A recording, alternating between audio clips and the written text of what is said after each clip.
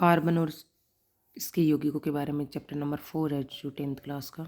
आज उसका एक टॉपिक स्टार्ट करते। देखो सबसे फर्स्ट में बेसिक पॉइंट है IUPAC के full form international union of pure and applied chemistry. ICPN international code of botanical nomenclature और ICJD international code of zoological nomenclature. फिर कार्बन, चैप्टर का नाम ही कार्बन से स्टार्ट है कि कार्बन और कार्बन से रिलेटेड इसमें टॉपिक। यदि कोई इसमें थोड़ी साइन दिख रही होगी, चमकने वाला पेन है ब्लैक कलर वाला, तो इसके चमकीला चमकीला दिख रहा है। कार्बन का परिचय, प्रतीक देखो कार्बन का C होता है। परमाणु क्रमांक कार्बन का 6 होता है। परमाणु भार होता है वो 12 होता है। संयोजकता होती है +-4, क्योंकि कार्बन 6 नंबर पे है तो उसके बाहर वाले संयोजकता कोष में इसके 4 इलेक्ट्रॉन होते हैं। तो अपने 4 इलेक्ट्रॉन दे भी सकता है, 4 इलेक्ट्रॉन ले भी सकता है, इसलिए इसकी संयोजकता कितनी होगी, +4 भी होती है और -4 भी होती है। इलेक्ट्रॉनिक विन्यास होता है 1s2 2s2 2p2। ये कार्बन के बारे में, इसके बारे में बेसिक जानकारी। कार्बन की विशेषता, कार्बन की विशेषता क्या होती है, देखो कार्बन की मुख्य रूप से 2 विशेषता होती है।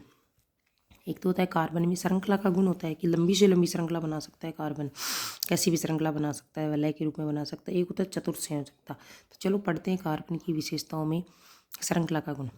कार्बन में श्रृंखला का गुण पाया जाता है। श्रृंखला का मतलब लंबी से लंबी चेन बनाने की क्षमता। कार्बन के मध्य कितनी भी लंबी श्रृंखला बन सकती है, बिल्कुल बन सकती है। सीधी श्रृंखला के रूप में, सांख्यिकी श्रृंखला के रूप में तथा वलय के रूप में श्रृंखला बनती है। देखो नीचे एग्जाम्पल दे रखे हैं, ये तो कार्बन की सीधी श्रृंखला है, ये शाखित श्रृंखला, नीचे शाखा बन गई ना शाखित, और ये वलय के रूप में कार्बन की श्रृंखला। चतुर्थ संयोजकता, कार्बन की संयोजकता 4 होती है। कार्बन 4 इलेक्ट्रॉन ग्रहण भी कर सकता है, बिल्कुल संयोजकता इसकी 4 होती है, और 4 इलेक्ट्रॉन दान भी कर सकता है। 4 इलेक्ट्रॉन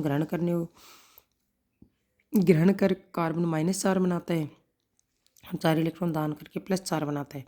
कार्बन 4 इलेक्ट्रॉन होने के कारण कार्बन कार्बन के मध्य बंध बनाता है, और एकल बंध के रूप में होते हैं, द्विबंध भी होते हैं और त्रिबंध भी बना सकता है। अब देखो पढ़ेंगे कार्बन के अपरूप। कार्बन के 3 अपरूप होते हैं, हीरा, ग्रेफाइट और फुलरीन। डेफिनेशन देखो कार्बन के अपरूप की, किसी तत्व के 2 या 2 से अधिक रूप जिसके गुणधर्म आपस में अलग अलग होते हैं अपरूप कहलाते हैं। कार्बन के 3 अपरूप होते हैं, हीरा, ग्रेफाइट और फुलरीन।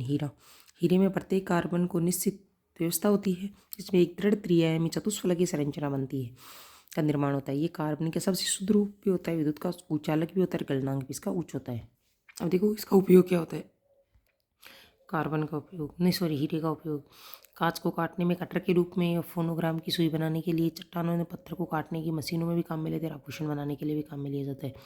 ग्रेफाइट की संरचना में प्रत्येक कार्बन 3 अन्य कार्बन परमाणुओं के साथ एक ही तल में बंध बनाते हैं। इनमें से एक बंध द्विआबंध होता है। ग्रेफाइट की संरचना परतदार होती है, विद्युत का सुचालक होता है। ग्रेफाइट नरम, मुलायम, चमकीला पदार्थ होता है। उपयोग देखो पेंसिल में शुष्क स्नेहक के रूप में, नाभिकीय परमाणु भट्टी में मंदक के रूप में, इलेक्ट्रोड बनाने के लिए इसको काम में लिया जाता है। फुलरीन की संरचना फुटबॉल की तरह होती है।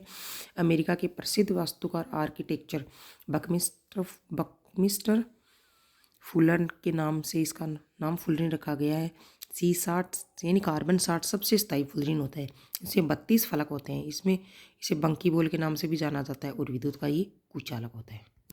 उपयोग देखो कि अब प्राकृतिक गैसों के शुद्धिकरण में, आणविक बेरिंग बनाने में, देखो अपना IUPAC नामकरण करते हैं, आणविक फॉर्मूले वगैरह बनाते हैं, तो इसके लिए हाइड्रोकार्बन होते हैं, वो संतृप्त और असंतृप्त 2 प्रकार के होते हैं। उनमें से एल्केन और एल्काइन।